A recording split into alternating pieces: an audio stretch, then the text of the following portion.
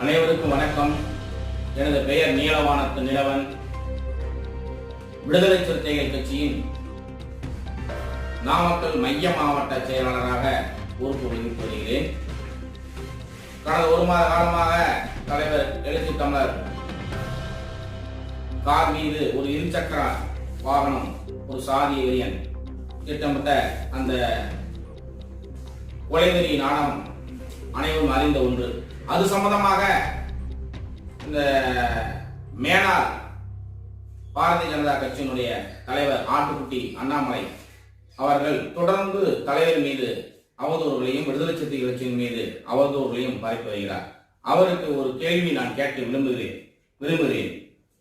mister IPS ஆட்டுக்குட்டி அண்ணாமலை அவர்களே, IAS IPS இது போன்ற உயர் பதவியில் இருப்பவர்களுக்கு